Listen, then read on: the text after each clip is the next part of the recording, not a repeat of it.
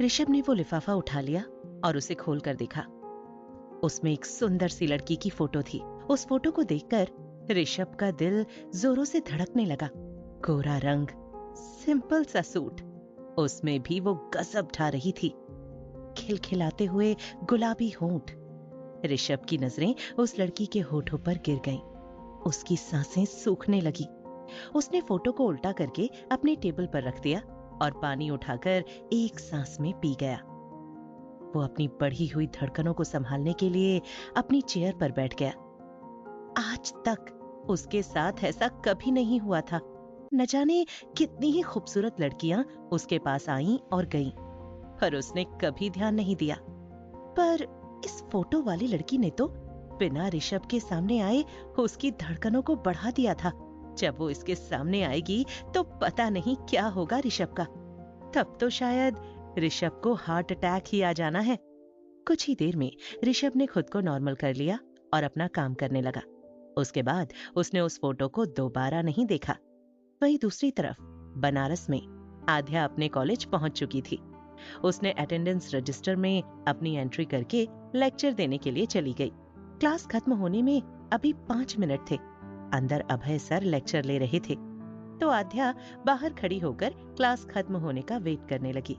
तभी बेल बज गई तो अभय सर बाहर आ गए। वो जानबूझकर आध्या से टकरा गए, जिससे आध्या के हाथ की किताबें नीचे गिर गईं। तो अभय सर सॉरी बोलते बोलते किताब उठाने लगे। फिर किताब उठाकर आध्या को पकड़ा दी और गंदे तरीके से आध्या के हाथ को छूने लगे। तभी आध्या ने अपने हाथ खींच लिए और बोली, सर, क्लास के लिए लेट हो रहा है, क्या आप सामने से हटेंगे? तो अभय नकली हंसी हंसते हुए बोला, क्यों नहीं मैडम। उसने आध्या को जाने के लिए रास्ता दे दिया, पर सामने से हटा नहीं। आध्या भी उसके बिल्कुल करीब से निकल गई, उसको बिना टच किए। आध्या पढ़ाने लगती है और अभय वहीं खड़ा होकर आध्या के शरीर को निहारने लगता है और आध्या के हाथों की छुअन को अपने हाथों से चूमने लगता है। वो आध्या को देखते हुए कहता है, बस कुछ दिन और आध्या, फिर तुम मेरी बाहों में होगी और मैं जी भर के तुम्हारे रसीले गुलाबी होठों का रस पीऊंगा। कब से बेचैन है मेरा दिल तुम्हें अपना बनाने के लिए। फिर वो आध्या को घूरता हुआ वहां से चला जाता है। आध्या ने अपने सारे लेक्चर्स कंप्लीट कर लिए और अपने घर के लिए निकल गई। उसके पीछे से अभय भी अपनी बाइक से आ रहा था। जैसे ही आध्या अपने घर के बाहर पहुंची तो अभय ने अपनी बाइक घुमा ली। आध्या अपने कमरे में चली गई। इस वक्त शाम के 4 बज रहे थे। उसको पता था उसके दादू इस वक्त आश्रम में छोटे छोटे बच्चों के साथ रहते हैं और मस्ती करते हैं। आध्या ने अपने कपड़े चेंज किए और अपने लिए पोहा और चाय बना ली और उसको ट्रे में रखकर अपने कमरे में ले आई। वो बाहर का नजारा देखते हुए चाय की चुस्कियां लेने लगी। उसका दिमाग अभी भी उन महागुरु की बातों में उलझा हुआ था। वो सोच रही थी कि क्या उसके जैसा भी कोई है शिव का भक्त, जो हर रोज 4 बजे उठता है और सबसे पहले मंदिर जाता है। वो अभी से उस इंसान की तरफ खींची चली जा रही थी। उसको अपने शिव पर पूरा भरोसा था कि उसका शिव उसके साथ कभी गलत नहीं कर सकता।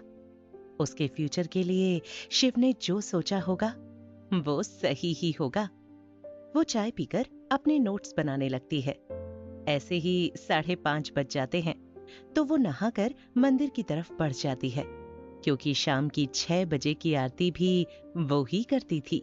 वो मंदिर में पहुंच जाती है। पुजारी जी भी उसकी ही राह देख रहे थे। देखे भी क्यों ना, आध्या वहां सबकी प्रिय थी। वो अपनी आरती पूरी करके आरती की थाल पुजारी जी को दे देती है। तो पुजारी जी कहते हैं, बिटिया, अब की बार जो शिवरात्रि आ रही है तो मंदिर में बहुत भीड़ होगी। हमें पहले से ही सब कुछ तय करना होगा। कहाँ मेला लगेगा, कहाँ शिव की मूर्ति स्थापित करेंगे। आध्या कहती है, पंडित जी, आप चिंता मत कीजिए, सब कुछ हो जाएगा। उसके लिए अभी 2 हफ्तों का समय है। ये कहकर वो बाहर आ जाती है और घाट पर बैठ जाती है। वो सूरज की बिखरी हुई लालिमा को देखने लगती है, जो कि पानी में डूबती हुई बड़ी ही सुंदर लग रही थी। कुछ पल वहां बैठने के बाद वो अपनी गाड़ी आश्रम की तरफ मोड़ देती है। वो जाने से पहले अपने दादू को यहाँ से लेकर जाती थी। उसको पता था उसके दादू का मन नहीं लगता है घर में अकेले, तो वो उसके दादू को यहाँ ले आई। यहाँ की हरियाली और बच्चों की खिलखिलाहट कब उसके मन में बस गई, उसके दादू को पता ही नहीं चला। तब से वो यहाँ आते हैं। वहीं दूसरी तरफ ऋषभ अपना काम करके अपने कैबिन से निकलता है। तभी उसकी नजर लिफाफे पर पड़ती है। वो उस लिफाफे को उठाकर अपनी जेब में रख लेता है और अपने घर की तरफ चला गया। उसने देखा आज उनके लिविंग रूम में बड़ी चहल पहल थी। वो जाकर देखता है उसकी दादी और दादाजी आए हुए थे। वो कुछ दिनों के लिए बनारस गए हुए थे। वो जाकर अपने दादाजी के पैर छू लेता है और कहता है, आप कब आए दादू? आपने बताया भी नहीं। दादू कहते हैं, बरखुरदार, सरप्राइज नाम की भी कोई चीज होती है। अगर तुम हमें सरप्राइज दे सकते हो तो हम क्यों नहीं? ऋषभ उनकी बात सुनकर मुस्कुरा देता है। फिर वो अपनी दादी के पास जाता है और उनके पैर छू लेता है। वो कुछ कहता उससे पहले ही उसकी दादी बोल पड़ती हैं, मैंने तेरे लिए बहू ढूंढ ली है। तेरे पास फोटो भी भेजी थी। बड़ी ही सोनी कुड़ी ढूंढी है मैंने। तुझे पसंद आई क्या? दादी की बात सुनकर एक पल के लिए ऋषभ की आंखों के सामने उस लड़की का मुस्कुराता चेहरा आ जाता है। उसकी धड़कन एक बार फिर से बढ़ जाती है, पर वो खुद पर कंट्रोल करके अपनी दादी से कहता है, दादी क्या है ये सब? आते ही आपने बहू बहू लगा दिया। ये बात आप बोलेंगी तो मैं नहीं करने वाला शादी वादी। तभी उसकी दादी गुस्से में बोल पड़ती हैं, हैं? मैं भी देखती हूँ तू कैसे नहीं करता आध्या से शादी। मैंने उस लड़की को ही अपनी बहू बनाना है और फिर दादी बनना है, पर तेरे होते तू मुझे खुश रहते कैसे देख सकता है? वो नौटंकी करने लग जाती हैं। बाकी सब दादी पोते की नोक झोंक देखकर मुंह दबाकर हंस रहे थे। वो बीच में बोलते तो वो दोनों मिलकर उस आदमी को गलत बताते जो उनकी लड़ाई को कम करवाता है। ऋषभ सोचता है, ओह, तो उस फोटो वाली का नाम आध्या है। Not bad. फिर वो सब कुछ चुप कराते हुए चिल्लाकर कहता है, ठीक है दादी माँ, मैं शादी के लिए तैयार हूँ। क्या आध्या और ऋषभ का होने वाला बंधन 7 जन्मों का बंधन बन पाएगा? आखिर क्या करेगा अभय, जो आध्या को अपना बनाने की कब से राह देख रहा है? क्या आध्या इस शादी के लिए राजी होगी? जानने के लिए सुनिए एक अनोखी प्रेम कहानी, इतना करो न मुझे प्यार, सिर्फ और सिर्फ प्रतिलिपि एफएम पर। उसकी बातें ही सुनते रहे। पूरा बनारस उसके गुणों की वाह वाह करता है।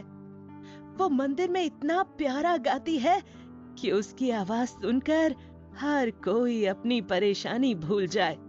वो इतनी पावन है जैसे कि खुद पार्वती मैया उतर आई हो।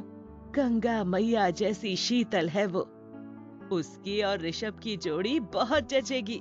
तुम सब एक बार उससे मिलोगे तो खुद को भूल जाओगे। हाँ, मैंने देखा है उसको।